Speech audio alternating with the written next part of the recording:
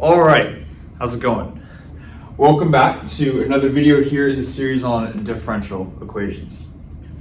First, I'd like to say I apologize for the less frequent uploads than what I had originally planned. I was originally planning on doing about roughly 2 per week, but naturally things get in the way, and in this case the semester's been especially busy for me, so I haven't been able to upload quite as much as I'd like to. But regardless, we are here now, right? We are making another video, and I'm going to do my best going forwards to try to upload whenever I can. Definitely have no plans on stopping, by the way. We will absolutely get through this video series and hopefully one more by the end of the year. But just wanted to say that I am doing my best, and we're going to keep going. Okay. So it almost seems like we picked up in the middle of some video, right? We're starting with this example, but I just want to lay out the context of what we've been doing so far.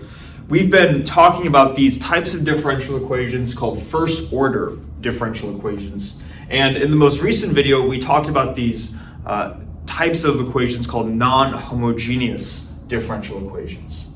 And we spent quite a bit of time just going over the basic idea of how to solve a non-homogeneous differential equation in the general case. So if you're given some a times dy dx plus b times y equals some right-hand side, some non-zero right-hand side, what's the general strategy for solving that? And I kind of got the sense that at the end of that video, even though that in itself, I guess, covers how to solve non-homogeneous differential equations, it's very useful to be going through examples too, especially in applied math video series. So I'm still kind of leaning between, do I want to be doing more examples or less examples? And I feel like I'd rather have too many examples than not enough. And I feel like especially just from the last video alone, that wouldn't be enough. So because of that, this video is going to be dedicated to just solving examples of non-homogeneous differential equations. We're going to go through 2 examples, and I think that'll probably be good in terms of time, but that's the current plan, at least for now. All right. So let's get started with this first one right here. We have an example of a first order differential equation, and it is linear and has constant coefficients, but it is non-homogeneous, right? We have this non-zero right-hand side. And we're also provided with some initial conditions, right? So what we're gonna do first is we're just gonna go through solving this differential equation. And we're gonna go through this in a fair amount of detail. I really wanna be thorough in doing this. And I wanna lean on the side of being too slow rather than too fast. But yeah, let's get started with this one. So immediately, when I see a differential equation that is non-homogeneous, my first immediate thought is to say, well, we know that the solution needs to get broken down into a sum of 2 components. That's what we discussed in the last video, right? Where we said that the solution y of x is going to be the sum of a complementary solution, and this is a complementary solution to the homogeneous equation, plus a particular solution, y sub p of x, to the non-homogeneous differential equation. Okay. So there are these 2 parts, and usually the simpler of the 2 parts to go through is the complementary part, the y sub c part. So we'll do that first. The y sub c part is going to satisfy the homogeneous version of this differential equation. So let's just write out what that equation is, right? So it's going to be d sub yc dx. Basically, I'm going to take this differential equation right here, just replace y with y sub c, and set the right-hand side to 0. So I have the derivative term plus 3 times the function itself needs to equal 0. So now what we're left with is a linear first-order differential equation that has constant coefficients, and now it's homogeneous because the right-hand side is 0, right? So we know how to solve these already, but I still want to be very thorough in showing how we can obtain the solution. So in case that part is still a little bit unclear, we can solidify that right now. So what I'm going to do is, rather than just immediately assuming that we know linear algebra and saying, okay, well, we know that the exponential function is an eigenfunction of the derivative operator, we're going to do this through separation of variables. So, by separating variable. I think that's the term for it. That's definitely a strategy of partial differential equations, this whole separation of variables technique. But anyways, the strategy behind this is we want to get all of the factors of y on one side and all the factors of x on the other. And usually it's easy to start by just getting the derivative equals everything else. So that's what I'm going to do. I'm going to get the derivative equals, and that's just a matter of subtracting 3yc over to the right-hand side. So I'm going to have minus 3y sub c, like this. Okay. Now what I want to do, again, I just want to get all of the y terms on one side and all the x terms on the other side. So to get all the y terms on the left-hand side, I'm going to divide by y sub c. And then to get this x term on the other side, this differential dx, I'm just going to multiply dx over to the other side. And when I do that, what I'm going to be left with is I still have this term in the numerator, dy sub c. But then I'm dividing by y sub c, right, in order to get that over to the other side. Then I have my equal sign. I still have this constant out front, minus 3, but then we multiply dx over to the other side, so it looks like this. So now we have an equation that sets two differentials equal to each other. Now what we do is we just integrate both sides of the equation, right? And when we do that, my left-hand side of the equation is going to be the natural log of the absolute value of y sub c. I guess let's actually just be very thorough here. Plus a constant, an integration constant, because we're integrating an indefinite integral. Maybe I'll call it c1. And then on my left-hand side, I'm going to have minus 3x plus some other integration constant, c2, like this. And of course, if I subtract this integration constant over here, I'm going to have c2 minus c1, which I can just call a third integration constant, c3. So this is equal to, let's do this. This is going to be equal to minus 3x plus some new constant, c3. Okay. So just absorbing integration constants into each other is what we did right there. Now we can just exponentiate both sides, and when we do that, left-hand side is going to be y sub c. The right-hand side is going to be e raised to this entire thing right here, so this is e to the negative 3x plus c3, which can be rewritten as e to the minus 3x times e to the c3. But then again, we can say e to the c3, e to some constant is just another constant. So let's call it e to the c3, let's just call that c. So then my actual solution for y sub c, because that's what we're looking for to start with, right? My actual solution for y sub c is just going to be c times e to the minus 3x. Okay. So again, I know this is kind of a lot of detail, and that we've gone over this before, but I really want to be thorough here. This is the process for using separation of variables to solve for the solution to the homogeneous version of the differential equation. And this is good now, right? Because now we can say, all right, we have one of the two parts to the differential equation. We just need to get the second part right here. Maybe, in fact, let me just underline this y sub c term and say that we found the solution, and that's going to be equal to c times e to the minus 3x, like this. Okay. So hopefully that makes sense, the process for doing that. Now, let's move on to the y sub p part, and this is the new part, right? This is the part where we're saying, now let's look at the non-homogeneous differential equation. This is, in my opinion, kind of the more interesting part. I don't want to say more interesting, but just this is what we're really trying to get towards, right? So we know that that y sub p satisfies the non-homogeneous version of this differential equation. That's just another way of saying it satisfies what we have right here without rewriting anything. So what I'm going to do is kind of like what we did with y sub c, where I wrote out the equation that y sub c satisfied. I'm going to do that over here. And it's going to be the exact same thing as this differential equation, but I'm just replacing y with y sub p. because our next goal is to find the second component in the overall solution. So I know that y sub p is going to satisfy this differential equation.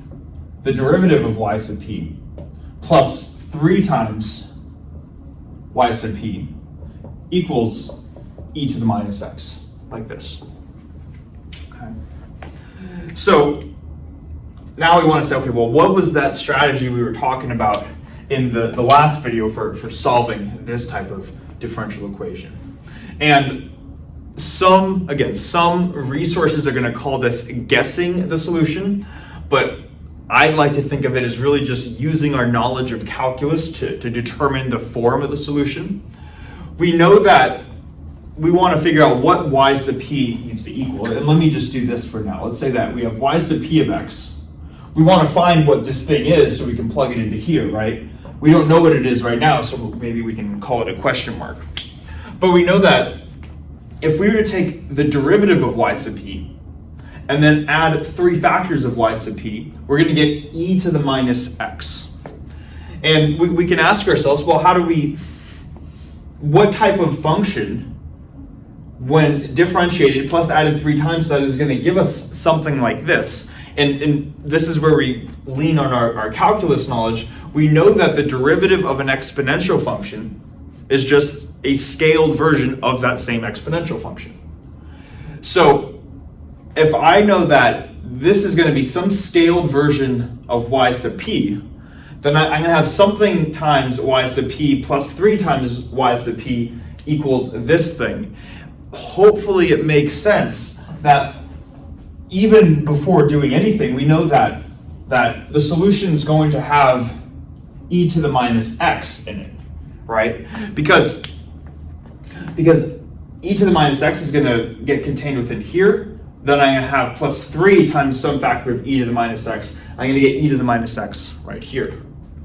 Notice that I left a space though, because it might not just be e to the minus x by itself. In the general case, it's going to be some scaled version of e to the minus x. Maybe I'll write a just to put some prefactor out front.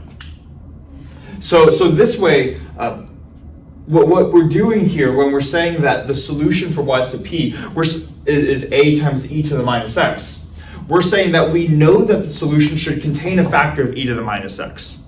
That's the only way that if we differentiate some function plus add 3 times that function, we get e to the minus x on the right-hand side.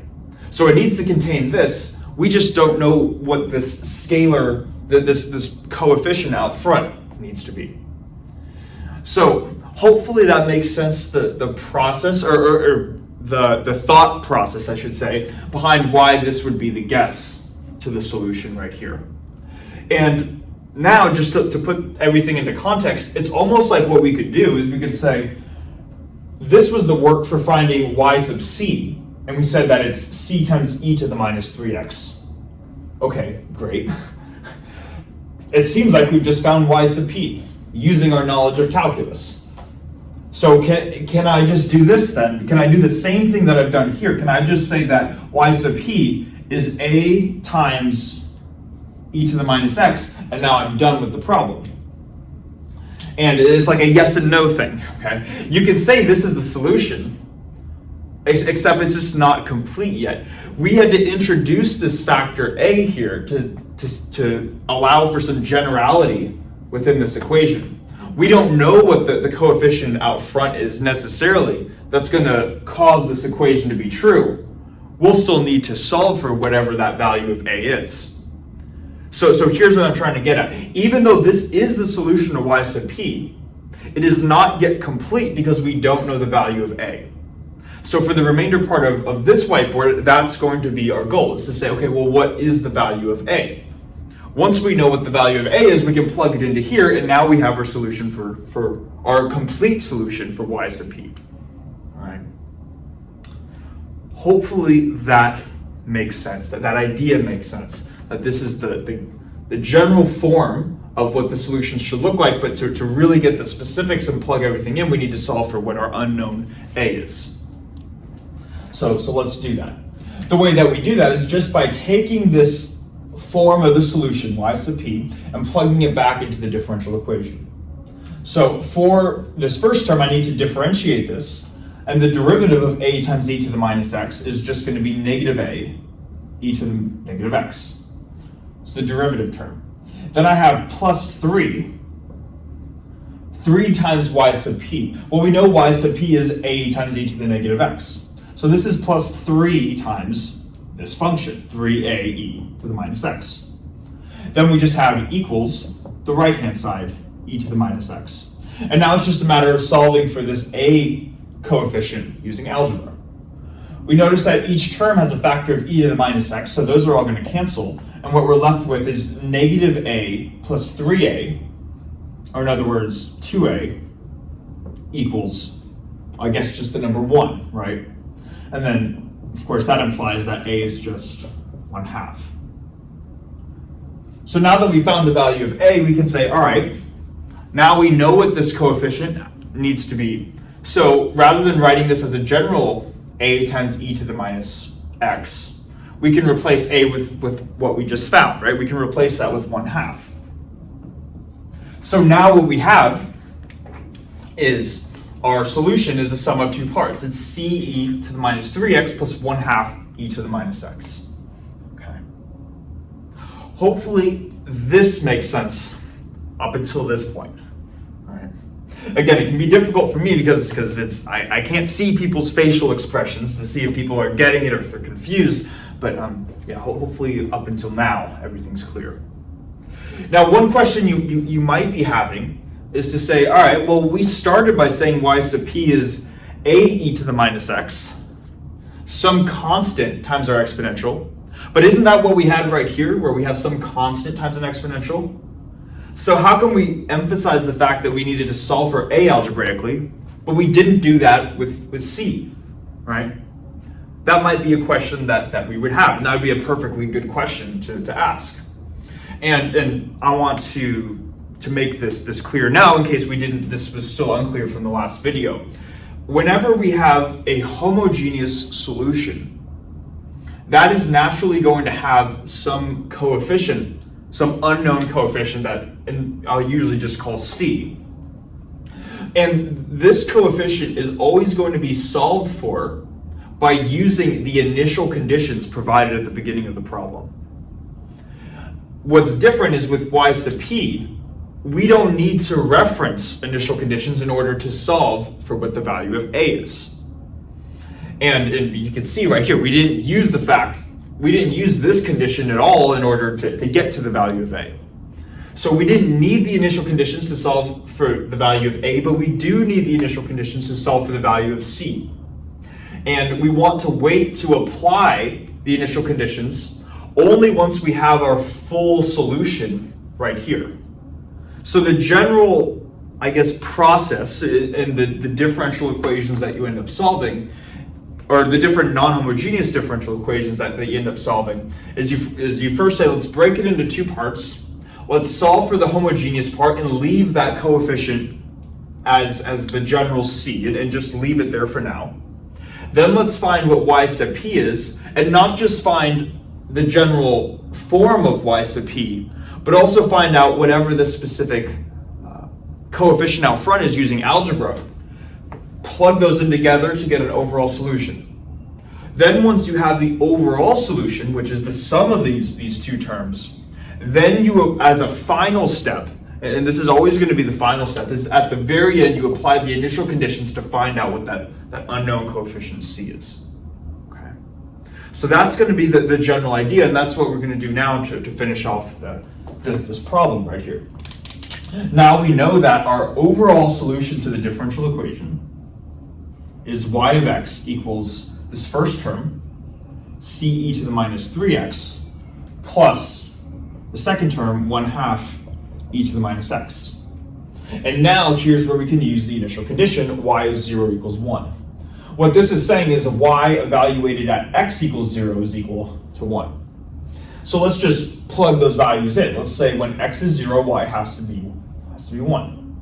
So on the right hand side we have y. So when we're going to set y to be 1, and then we have our equal sign. Then we have c e to the minus 3, but instead of x, we know that we're going to replace x with 0. So this is e to the minus 3 times 0 plus 1/2 e to the minus, and instead of x, we're going to write 0. And just to simplify this a little bit, on our left-hand side, we still have 1. For this first term right here, we have e to the minus 3 times 0. That's just e to the 0, or just 1. So this is really c times 1, or just c.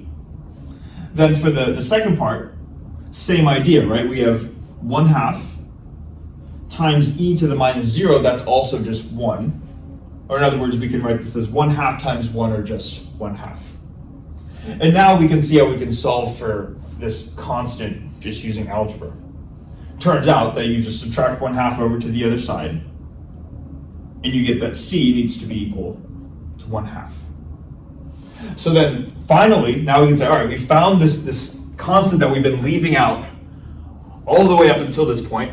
Now we can plug it in to get our overall solution to the differential equation. And this is what you'd be boxing if you had a homework problem or a test problem. You would say that y of x is equal to, instead of c, we're going to replace it with 1/2. So we have 1/2 e to the minus 3x plus 1/2 e to the minus x. And that would be the overall solution to the differential equation. Okay. Hopefully that made sense. That makes sense. That's clear. Now, as a final thing that I want to do, I think I want to just erase maybe the left-hand side of the board, and hopefully that's okay at this point. And one more thing that is a good practice of doing, I'd say you should always do this with any homework problem, and then you should always do this on a test if you have time.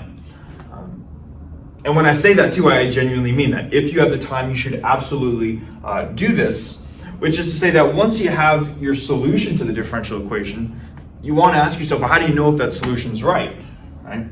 And the way that we do that is we can take the solution and we can plug it back into the differential equation. If we were to plug, because after all, if we were to plug, what this differential equation is saying is we're saying the derivative of what function plus 3 times what function is equal to e to the minus x. Well, now we say, well, that function is this thing right here. Well, if that's actually true, I should be able to plug this in. I should be able to take the derivative of that, add 3 factors of that, and I should be able to get e to the minus x as my output. So let's just do that as a final check before moving on to the second example. So starting, I want to take the derivative of my solution right here. So the derivative is going to be the derivative of this exponential term plus the derivative of this exponential term. And when I differentiate this term, I'm going to get a factor of minus 3 that comes down out front. So in place of the derivative, I'm going to have minus 3/2, and I'll move in a second, minus 3/2 e to the minus 3x, plus the derivative of this term, which is going to be minus 1/2 e to the minus x. In other words, minus 1/2 e to the minus x. This is just the derivative of our solution, and that's what we're going to put in for this term right here. Then we're going to add 3 factors of this overall solution. So we need to take 3 times this term plus 3 times this term. Starting with the first term, having 3 factors of this is going to give us plus, it's like 3/2 e to the minus 3x.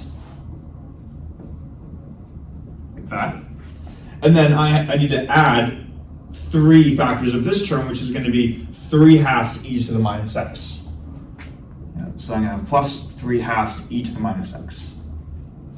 These 2 terms encapsulate the 3y term at the beginning. Then I have my equal sign, and then just e to the minus x on the right-hand side. And now it's just a matter of simplifying things to see that everything pans out. And we notice that we got a lot of exponentials, right? But I have a factor of minus 3/2 e to the negative 3x, and then plus 3/2 e to the negative 3x.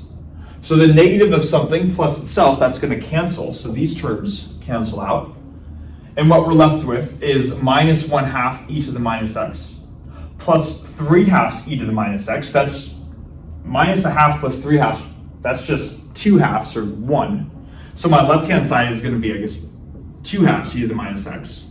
And that needs to equal the right-hand side, which is e to the minus x. Of course it does, right?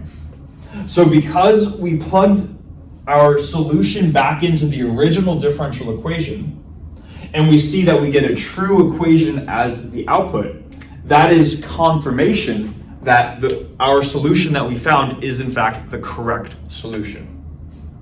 Okay.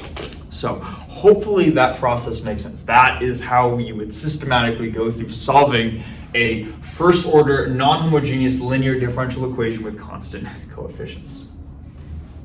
All right. Now, what I'm going to do is I'm going to erase the board, and we're going to go through one more example, and it's the example in Dexter's lecture notes. And the example is going to emphasize learning how to turn a word problem into a differential equation. That's something that we haven't talked about so much yet. And because up until this point, we've just been providing the mathematical differential equation, and we've been saying, solve this. But a lot of times what we're going to see, especially in an applied math class, is that you might be getting a word problem, and the very first thing you have to do is you need to translate the words into a mathematical expression. So we're going to do that, and then we'll, I think, call it for this video.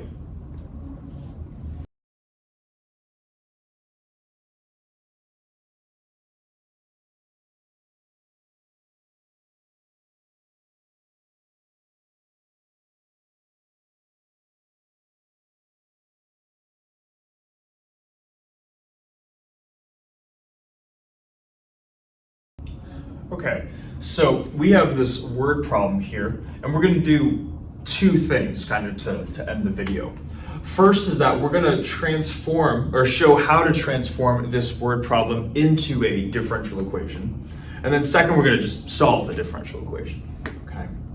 So first thing, let's just go through, let's read the question together and try to make sense of what's going on. We're going to see there are a lot of A's and B's floating around, and I'm going to try to make that as clear as possible. So it says here that we have this radioactive rock, and this rock contains these radioactive isotopes of species A. And because these isotopes are radioactive, they decay into a different isotope called isotope B. And they are going to decay at a, let's come over here, they're going to decay at a rate proportional to the number of remaining nuclei of species A. And the number of remaining nuclei of species A are denoted with the variable little a. That's where we can see this might get confusing, right? And B, the number of nuclei the number of nuclei of species B also decays at a rate proportional to the number of remaining nuclei of species B, called little b. And we are asked to find B of T. Okay. Lots of A's and B's going on here. So first, let's just try to gain a qualitative understanding for what's going on, and then we'll convert these into equations. So we'll start simple. We have a rock, and I will draw a rock something like this. And you know what's nice about rocks is no matter how bad of an artist you are, you can always draw a great rock, because there's always going to be some rock that looks like this. And even though the problem doesn't specify this, we're going to just take the assumption that this rock at time t equals 0 starts out with nothing but radioactive isotopes of species A. So it doesn't have any isotopes yet of species B. So what I'll do is I'll just take this rock and I'll fill it up with little dots like this. And each of these black dots more or less is supposed to correspond to a radioactive isotope of species A. Okay? And this is at the starting time t equals 0. Then as time progresses, this rock begins to radioactively decay. And now some of the black dots, some of these type A nuclei are still there. They haven't radioactively decayed, but some of the type A nuclei have radioactively decayed into type B. So what I'm going to do now is I'm going to still draw some black dots to say that A is still contained within the rock, but I'll also include some new type species, which I'm going to represent with green dots, like this. So maybe it's scattered with some black and some green dots. Where same idea as before, the black dots represent species A, and the green dots represent species B. Okay. Then at some later time, what might happen if we continue to let the rock sit there and radioactively decay. I know the shape is changing, but it's the same rock. Maybe we might wait enough time to where all of the isotopes of species A have converted into species B. So we might have something, we might have something like this, where now the rock is filled with nothing but species B. But this doesn't stop just here, right? Because species B is not the final endpoint. It says that B also radioactively decays at a certain rate. So as more time progresses, eventually this rock is going to have less and less radioactive nuclei of species B. So I'm trying to draw less green dots here than I am right here. And then maybe in the final picture at some significantly later time, maybe the final picture for the rock has absolutely no nuclei of types A or B. Okay. So this is kind of the general picture as to what's going on. Again, very qualitative. We haven't done anything quantitative yet. And what I'd like to do next now is to say, well, let's make sure we understand what the variables are going to be in this problem. Because we have A's and B's floating around, but let's really make sure that we get a good idea of what's going on here. So the two variables that are going to show up are the number of nuclei of species A, which we're going to call little a, and the number of nuclei of species B called little b. Essentially, this is just little a is going to represent how many black dots are there as a function of time, and little b is going to represent how many green dots are there as a function of time. And without putting any numbers on anything, we can already kind of get a qualitative sketch as to what's going on here. So what I'm going to do is I'm going to create a plot where we have time on the x-axis and the number of type A nuclei on the y-axis. And just by looking at this rough visual description, we see that we start with a lot of black dots, and then we get progressively less until we don't have any more. So the number of black dots is decreasing with time. So the rough structure of A of t might look something like that.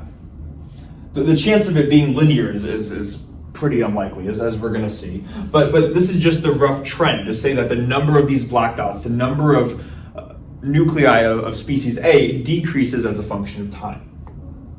Now we can do the same thing with species B, where we can create its graph, where we have time on the x-axis and the number of green dots, B of t, on the y-axis. And again, we're going to make the starting assumption that there are no isotopes of species B at the very beginning. So rather than starting at the top, at time t equals 0, we have no type B isotopes. So we're actually going to start down here, but we see as time progresses, we get progressively more and then more before we get less and eventually going down to 0. So the rough structure might look something like this, right? Where we're getting more and more, and then we reach some high point, and then we eventually go down, all right? And we're going to be especially interested in B of t because that's what the problem actually wants us to find, right? It says find B of t. So this is really what we're going to be interested in, but I just wanted to draw these sketches to start just so we get a good qualitative understanding of their behavior.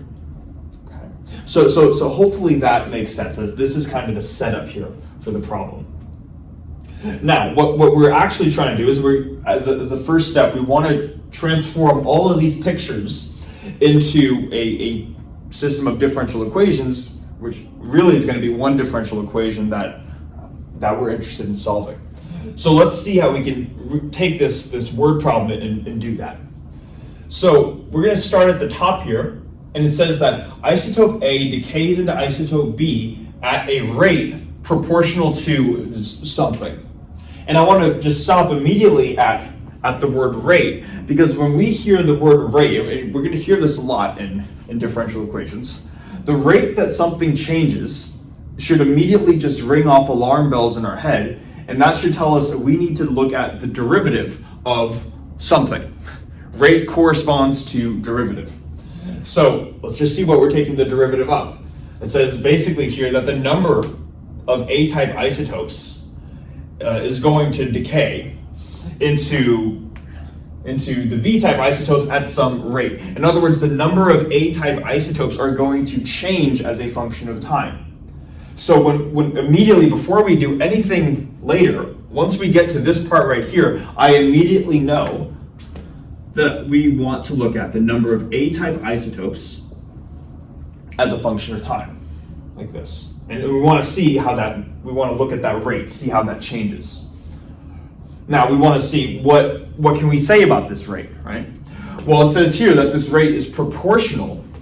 So I'm going to include my proportionality sign. It's proportional to the number of remaining A-type isotopes itself. So it is proportional to little a. The derivative is proportional to the number itself. Okay. Now, hopefully this is starting to resemble a differential equation. But differential equations are inherently equations, right? They have equal signs. They're not proportionalities. So we need to be able to transform this proportionality into an equation. And to do that, we're just going to use this general property of proportionalities that I'm just going to go over quickly, probably right here.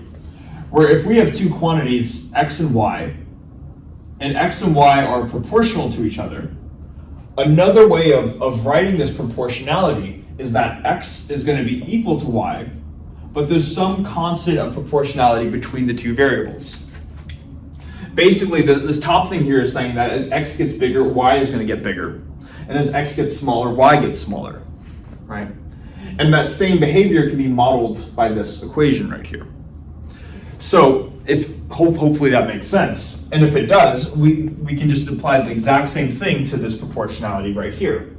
Rather than saying that the rate that A changes is proportional to the number itself, we can just say that they're going to be equal to each other with some constant of proportionality in between them. Now, when we get to the later parts of the word problem, we're going to have a similar setup for B of t. So we're going to have multiple proportionality constants. So to distinguish the two, what we can do is we can put a subscript right here to say that this proportionality constant case of A is the proportionality constant defined in the dA dt equation. Okay. Now, as a final step here, just looking at this rough sketch that we drew here, without putting any numbers on this, we see that A is decreasing as a function of time. So that tells us that the derivative of A as a function of time, that should inherently be a negative quantity. This is a negative slope. So what we can do is we can say if we know the derivative is going to be negative, let's just include a minus sign right here, and then we'll just force k sub A to be a positive proportionality constant. But by including the minus sign here, I think that makes it very explicit that this slope is negative. A as a function of, or the rate that A changes is consistently decreasing. Okay. Maybe just as a final thing to mention, to make sure that we understand what this equation resembles. If A is large, then its derivative is large. So when we have a lot of these black dots right here, then these black dots are going to convert into green dots relatively quickly. But then as we get progressively fewer black dots, as A gets smaller, the rate of change also gets smaller. So when we have fewer black dots, the rate that the black dots convert to green dots is slower than when we had a lot of black dots. Okay, so it's this idea that the rate that black goes to green depends inherently on how many black dots we have in the first place. Okay, so that's what this equation is saying right here. Now, to obtain this equation, we have gone up to essentially this part of the problem. Now let's just read the remaining part of it. It says B also decays at a rate proportional to the number B itself. So we should also have this exact same structure where we have dB dt equals negative, and now a different proportionality constant, k sub B times B, like this. Okay? Kind of just mirroring what we had with case A. But hopefully we'll see or we can immediately see, and this is why I wanted to include the rough sketches of A of t and B of t, that with A of t, the slope was always negative, right? The number of black dots was always decreasing as time progressed. But that wasn't the case with B of t. With B of t, we started with no green dots, but then we seem to get more green dots as time progressed because A is decaying into B, and then we got even more before we eventually got less.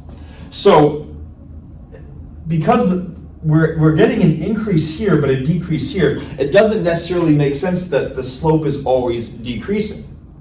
And this is where we really want this is where a lot of the potentially difficult parts of converting word problems into equations, this is where it becomes relevant.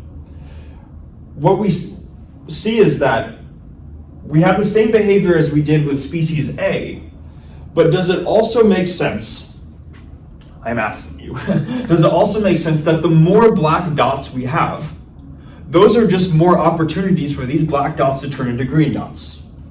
Because all of these black dots are isotopes of species A that will convert into isotopes of species B. All of these black dots will eventually become green dots.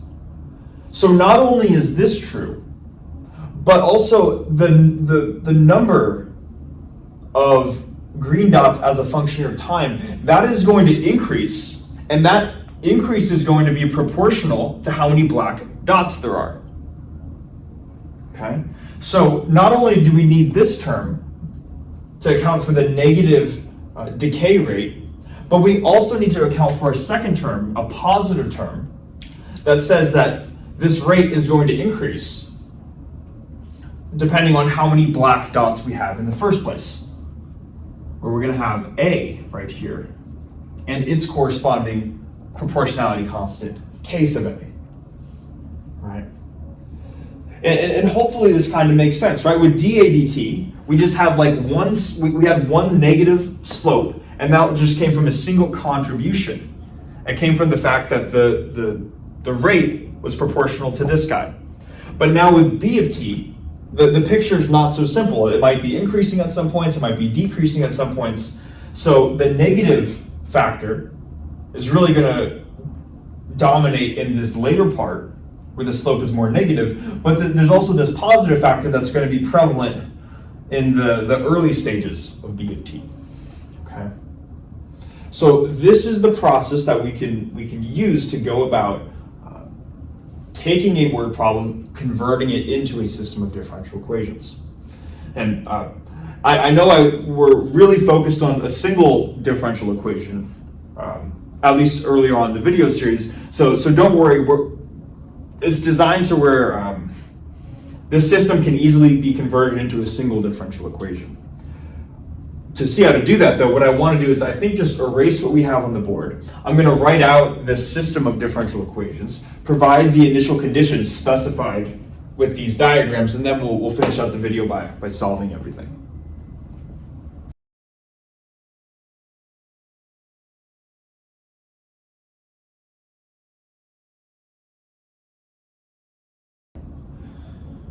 All right, so we have now the supposed system of differential equations. And now what we want to do is to solve this system. And the first thing that I want to do is to convince ourselves that we are not actually, well, no, we are solving a system, but we don't need any specific information about how to solve systems of differential equations. What we have so far is enough. I think even before we do that, though, I want to just show how we can qualitatively describe initial conditions. We showed how we could start with the word problem and come up with this system of differential equations. we can also use those same pictures to describe what the initial conditions should be. We can always perform this translation. Because notice how the initial conditions weren't specified in the problem. Now, granted, we did make the assumption that the rock started with nothing but type A isotopes. So I guess that information wasn't provided, but assuming that it was, right? The idea is that you could take this starting picture of a rock at time t=0, it's filled up with nothing but black dots, and you could say, all right, well, how many black dots do I start with and how many green dots do I start with? Well, I don't know how many black dots I'm actually starting with. It's not specified in the problem, but I'm assuming a radioactive isotope probably is made up of a lot of different nuclei. Whatever that number is, let's just give it a general name. So we're going to say that the number of black dots at time t=0 is A0. And then if you want to ever specify how many nuclei you have, you can just replace A0 with that number. Also, though, we see that there are no green dots at the starting time, so we actually do know how many green dots we have, and it's just 0. Okay. So that's how we can go from a picture to describing corresponding initial conditions. Now, we want to keep in mind that the big picture goal here, well, it's obviously to solve this system, but the problem specifically asked us to find what B of t is. And B of t is just going to be the solution to the differential equation for B of t. So what we want to do really is we want to solve this differential equation right here. And what I can do is if I were to just add this term over to the left-hand side, let's see what I get.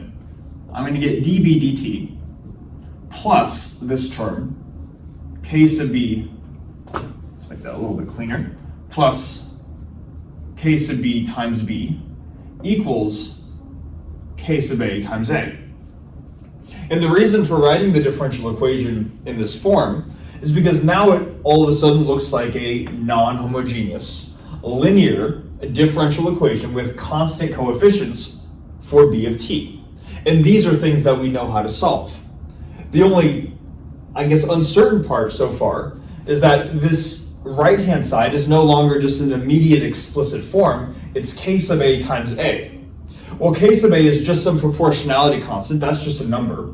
But a itself, we're not sure what that is yet. And that's where this is going to come into play.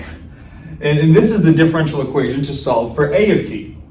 So here's how this is going to work. And we'll go through this a little bit quicker because we kind of went through the more detailed part in the earlier part of the video. We're going to first solve this differential equation for a of t. Once we obtain the solution to this differential equation, we're going to plug this in. We're going to plug a of t in for here so we can solve the non-homogeneous equation for b of t, which is what the problem's asking for. So it's kind of an interesting problem. There's a lot of different layers combining a lot of different things at once. Hopefully it makes sense though that if we want to solve this, we need to first know what a is. And in order to find a, we need to solve this. So let's do that. This is, you can imagine if we added k sub a times a over to the other side, we would be left with a homogeneous differential equation. And we have seen now, I guess, a couple times that that we know what the solution to a homogeneous linear differential equation with constant coefficients looks like. So we immediately know that a of t is going to have the form e, and then this coefficient out front is going to act as the exponent times t. So it's going to have this form right here. Of course, then with some prefactor c that would come from the separation of variables from performing those indefinite integrals that we described earlier. Okay. Now this is something that's important. What this equation is by itself is a differential equation for a of t.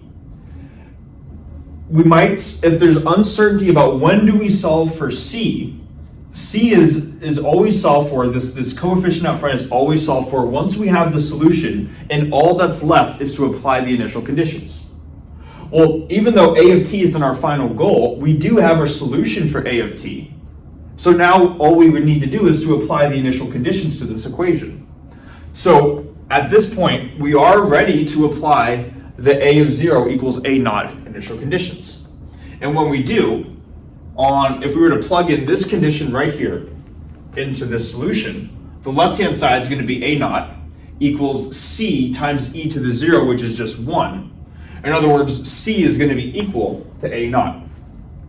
And you'll see this general property that whenever, this is going to show up a lot in differential equations, whenever you have a function that's equal to c times an exponential, if they ever provide the condition at time 0, this coefficient is just going to replace c. It's going to be what number did we start with before it started to exponentially decay. And this kind of comes with just practice solving a lot of them, but just by looking at this solution and looking at the initial conditions, I can immediately say, okay, I know that that c needs to equal a naught e to the minus k sub a times t, like that. You could, of course, algebraically plug it in and show that, but it's good to get in the habit as well of trying to recognize patterns when they show up. And we're saying, okay, great, so we found out what a of t is, so now we can rewrite our differential equation for b and ultimately solve for b, right? So let me do that down here. I'm still going to have my same left-hand side, which is db dt plus k sub b times b, now equals k sub a times our solution to this differential equation. So k sub a times this, or in other words, k sub a naught e to the minus k sub a t. And now we have a differential equation that we can solve for that looks similar to what we had in the previous example. Okay. So again, I'm going to go through this relatively a little bit quicker than the previous example, but let's still go through it. I have a non-homogeneous differential equation, so I know that b needs to get broken into a sum of two terms, b sub c plus b sub p. For the b sub c equation, or the b sub c component, I should say, it's going to satisfy this equation right here. db sub c dt equals minus kb b sub c. It's going to equal the homogeneous version of this differential equation. And we should know the solution to this differential equation. B sub c is going to have some coefficient out front times e to the minus kb t. It's actually, this is identical to this right here, right? So it makes sense that the solution should look identical. These solutions right here should look identical, right? Say, okay, so that's the complementary term. Now let's just solve for the b sub p term, and b sub p is going to satisfy this overall equation, right? So we're going to have d of b sub p dt, it's a mouthful, plus kb b sub p equals the right hand side, or ka a naught e to the minus ka times t. All right, and then same idea as what we were doing in the previous example.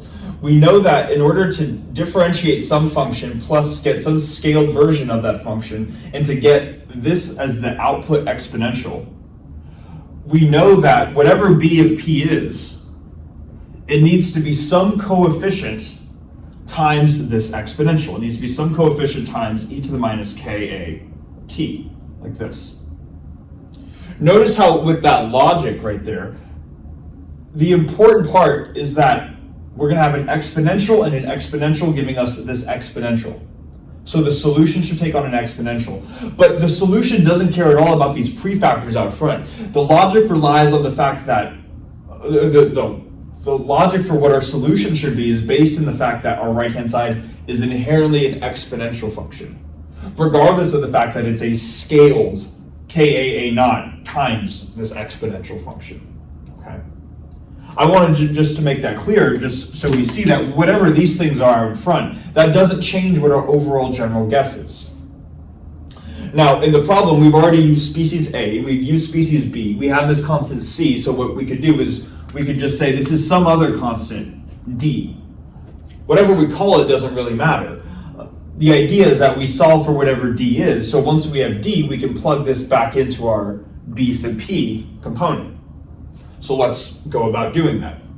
if we were to plug b sub p back into this equation, we first need to take its derivative, which is going to be, let's see, it's going to be minus d ka e to the minus kat. This corresponds to this term. Then we have plus k sub b times the function itself. So then we're going to have this function itself, d e to the minus k sub a t, like this. Then equals the right-hand side. So it equals k sub a naught, e to the minus k sub a t, like this.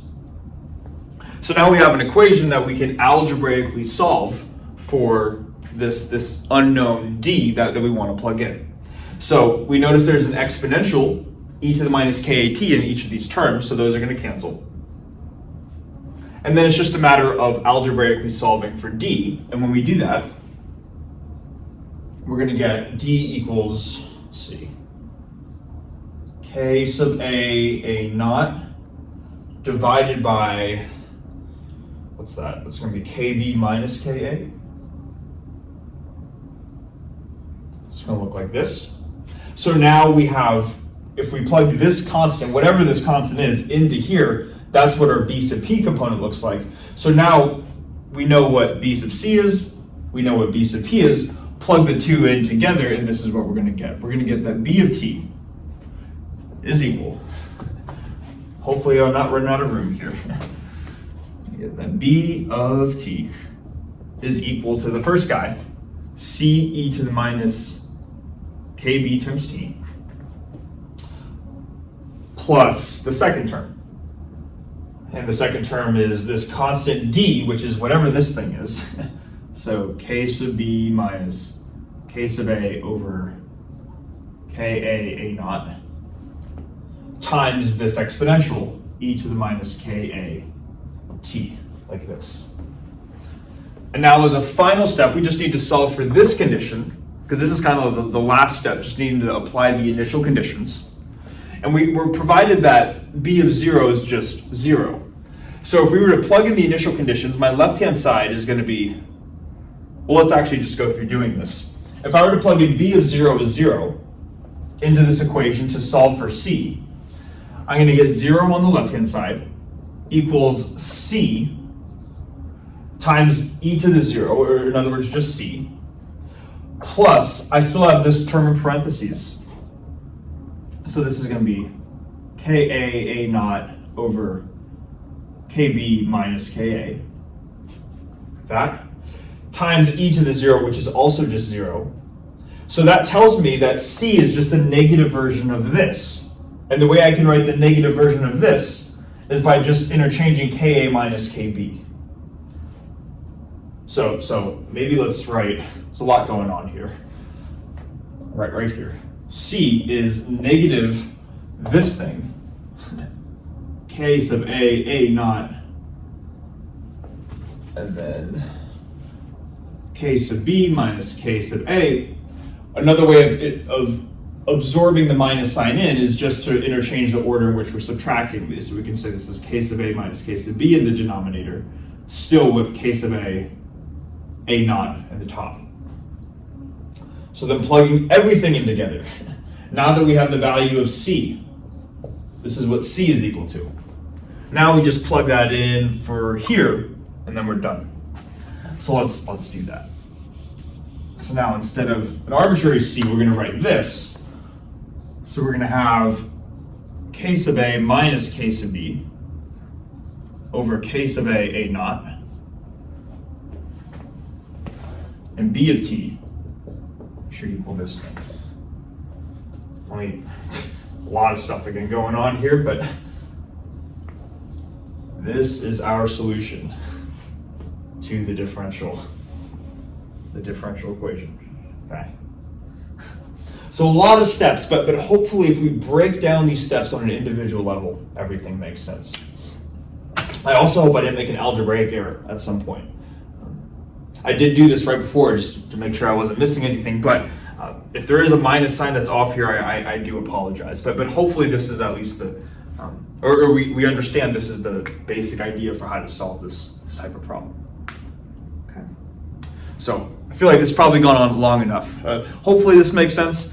Thanks so much for watching, and then in the next video we're going to take off the next set of training wheels and then looking at more general types of first order differential equations.